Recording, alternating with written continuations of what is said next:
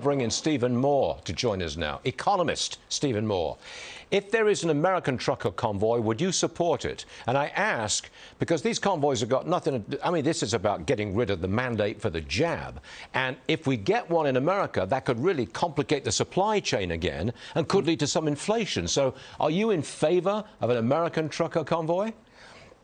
Well, good morning, Stuart. A couple of points. Number one, the Canadian protesters, those truckers have won. They've won. They have made their point in an emphatic way. People have, see the pictures.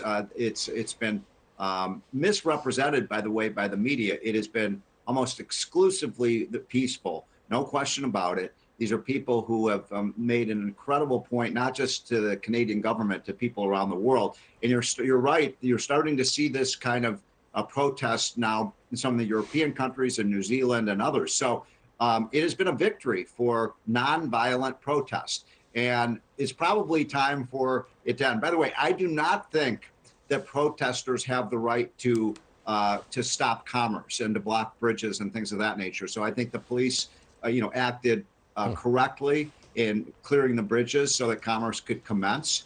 And whether this should happen in the United States, Stuart, I actually think that what's happening right now in the U.S. is a lot of these mandates and a lot of these mask requirements all over the country, even Democratic governors are getting rid of them now because the virus is in such rapid retreat. So hopefully we won't need protests because all of these mandates are going to go away in the next few weeks. Let me ask you about producer prices. We get the number tomorrow. We're expecting a 9% annual inflation rate at the producer level. If we get that 9%, does that mean higher consumer prices down the road?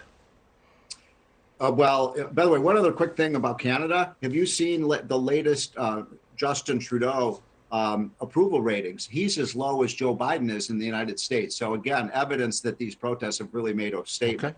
Okay. Yeah, I think we're going to see a high producer price index number. And of course, that's going to, spread down to higher consumer prices.